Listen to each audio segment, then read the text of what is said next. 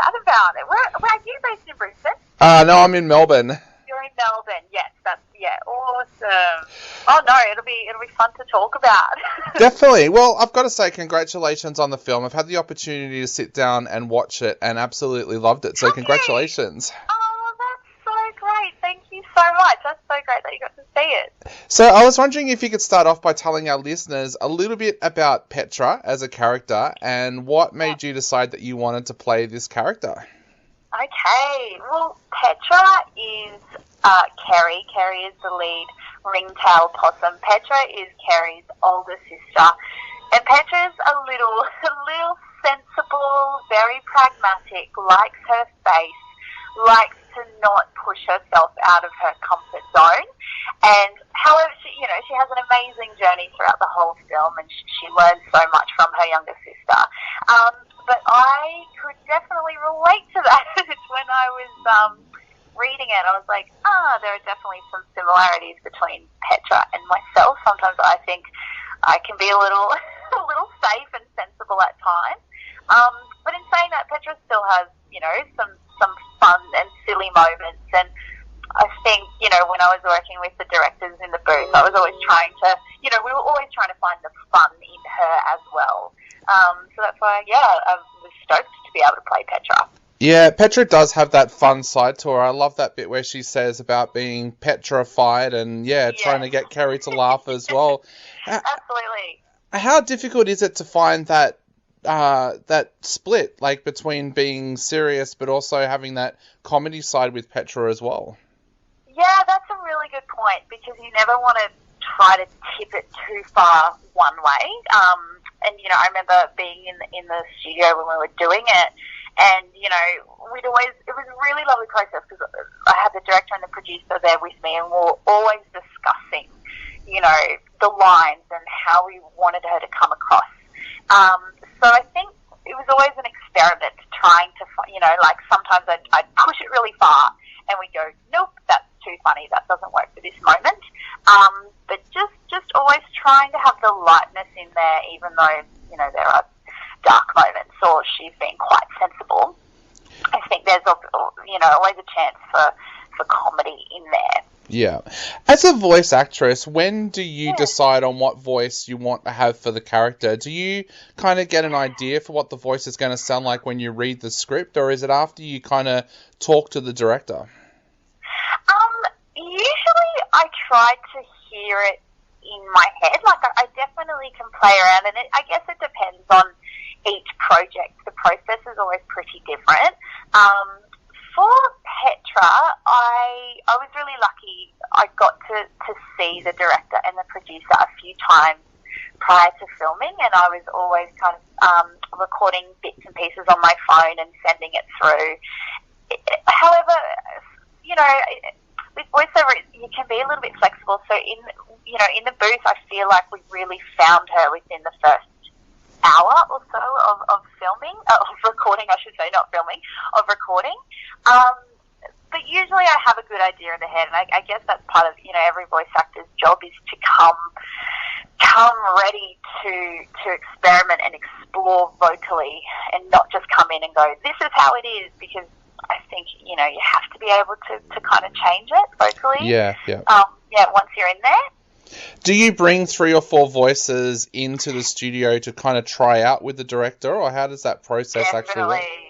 No, I usually I'll have okay, this is a more deep, husky kind of vibe, or this is really energetic and over the top, and more often than not, it will often find sitting in the middle somewhere, but I will always try to have as much up my sleeve, just so I can show that to the director and give them more options too, because they've got so much to think about, especially in an animation film. So if I can make their job easier by coming in and saying, hey, these are 3 or 4 different options, let's have a play and see what sits right, then it'll usually be kind of, we'll pick it when we're in the studio recording. Yeah. Does it change because Petra is an animal as well? Because if you're doing the voice of a little girl or doing the voice of an elderly woman, you can kind of base it on people in real life. But does it change because Petra is an animal? It didn't sit like, we didn't try to make it animalistic, I don't think, in any way. I think because even though the animals are still really feeling human emotions and the fears that we all have as humans and the challenges that we come across, in our everyday lives. So for Petra, I didn't think too much about, it needs to sound like a specific animal. I know that there are characters within the film that do sound, quite wild and closer to the animal form.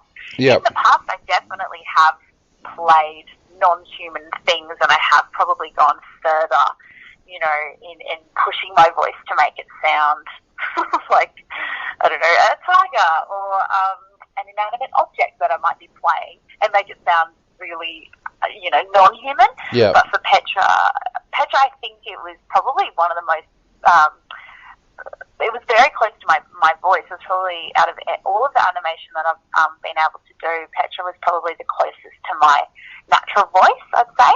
Yeah. Okay. So we spoke to Ross Noble earlier, and he said that all of his voiceover work was done on his own. Did you have the luxury of being able to work with the rest of the cast, or were you alone as well? Yeah, the majority of it I was alone. I had pretty much I was by myself, and we did all of Petra. And then I was very lucky to work with Miranda Tapsell for a day, which was just so delightful. And because usually in animation I am by myself, rarely really get to work with someone else. So I got to work with Miranda for a day, and that was fantastic because, there's so many key system moments. So we were able to literally face each other with the microphone, looking at each other, and just really bounce off each other and have really beautiful moments. And that just helped our performance, and that helped our connection. It was one day, which was great. Yeah. For all the young actors and actresses out there listening to this show, what is the major difference for a voice actor working with a director rather than a director working on an actual film set? Because, of course, there's things like staging and that a director would talk to an actor about. But what's that relationship like between a voice actor, actress, and a director on set? Oh, that's such an awesome question. I find, probably similar to what I was saying before, the thing that I've learned, because I've been really lucky to be doing voiceover pretty full on for the past 5 years or so, and the thing that I find is that if the actor can come with as much prepared as possible and different options to show the director and to give the director, but to also have flexibility, because in animation, the director has so many things to think about. They're thinking about every single frame. They're thinking about, what does it look like? And really, at the end of the day, they can only hear us. So we need to be able to be flexible with our voices and change it at any moment. And if a voice isn't working, change it and offer as much to the director as possible. And also, the performance itself is so much larger than on film, because, film, it's often doing a smaller performance. The camera is right there. You don't want to be too big for the frame, whereas voice acting, you've only got one medium, and that's your voice, and you need to do so much work to make, one line come to life with your voice. So often the performance is bigger than what you would normally do on a film set, or perhaps a theatre production. Yeah.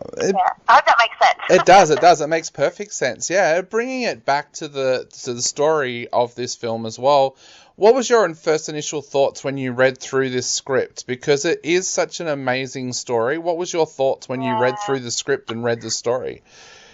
Oh, I remember reading it, well over a year ago now, and I thought, especially the environmental impact that it had back then. After what's happened over the past few months in Australia, it's just, the timing of this film is quite interesting, because it's, all about our land and the Australian landscape. And also for me, when I first read it, the idea of really welcoming everyone into your land, and to being being kind to others. That was really something that struck me. Yeah. But especially the environmental impact for me was quite a big one, and and also just to be able to look at our Australian animals and our Australian landscape in this medium, in animation, that was really exciting for me. Yeah. How important do you think that Australian voice is for the audience out there? Because when I was growing up, all of the animation that I watched was from America or the United States. Blinky Bill was really the only Australian animation I had. So how important do you think that Australian voice is for families these days? Yeah, I think it's really important. I think it's really important for kids to hear their voices, on the screen, voices that they hear every day on screen. And especially it's not necessarily, Australian over-the-top kind of slang, It's a beautiful Australian story with lots of different voices, with lots of different age groups represented in the film. But it's exactly the same. Like, for me, it was always, American TV shows, American accents. So I can't wait to hear the Australian accents on the screen and for kids to be able to connect with that. Yeah. Now, I watched the film on my own, so I didn't have that benefit of watching it with an audience. But did you find with the screenings that you've held so far that this is a film that really, really talks to all generations? Yeah, I think so. And I haven't been able to watch it with a lot of people either, so I'm really looking forward to the cinema release next week. But yeah, and I think that's the important thing with animation, there has to be jokes in there for the parents as well, which there definitely is. And so for me, it's something that, kids, adults, people my age can definitely go and see. And the animation itself is so beautiful. It's just such a beautiful film to watch, yeah. Well, we have some of the best technical companies in the world here. Like, even Marvel come to Australia now to get their post-production work done. Why do you think Australia hasn't done more animations over the years? Because we do have such amazingly talented people in this country. We do. It's really interesting. I feel like we're starting to get, I don't know, just the past couple of years, I can really see the ball is really rolling here, and there's lots of amazing projects happening, and I don't know whether that's, there's just so many more streaming services, and there's just so much content out there to be made because people will watch it. But yeah, it is interesting. We've got amazing people here, and the fact that this was all Brisbane-based, or all Australian-based production. I think maybe after this film there will be more, and I think the ball is definitely starting to roll. There's lots happening that I'm starting to uncover, which is really exciting. Talking of more projects, I really fell in love with the characters in this film. Can you see the Sanctuary City storyline moving on to other films, or maybe even a television series after this? Oh, that would be very cool. Definitely. I'd love that. I'd be all for it. Because it's the Wishmas Tree is the first of the trilogy. So there's the next two films that are coming out within the same world with lots of different characters. But I could definitely see another Wishmas Tree spin-off somewhere. Awesome, that would be absolutely fantastic. And how do you feel now that the movie's about to come out to audiences? Are you excited that people are going to get to see your work, or do you get nervous when one of your films is about to come out? I get pretty nervous, yeah. But I am really excited. I just get nervous just because that's who I am. I will always kind of watch myself and go, oh, why did I do that? Or listen to myself. But I am so proud. I'm really lucky because the production company in Brisbane and a lot of the people who worked on it, from sound engineers to the composer, I'm really quite close with. I've worked together with these guys for quite a while, so I'm really excited to watch their work as well, and I'm really proud of everything that they've achieved as well. But I'm really excited for it to come to cinema, and I'm definitely going to have my friends and family with me, and we're just going to watch it and have fun. So yeah, I can't wait to share it, because we did it so, animation takes so long to put together, and this is years and years in the making. So yeah, I'm pretty excited. Definitely. Well, Kate, I know we are running out of time, so I'll quickly ask before I go, is there anything you would like to say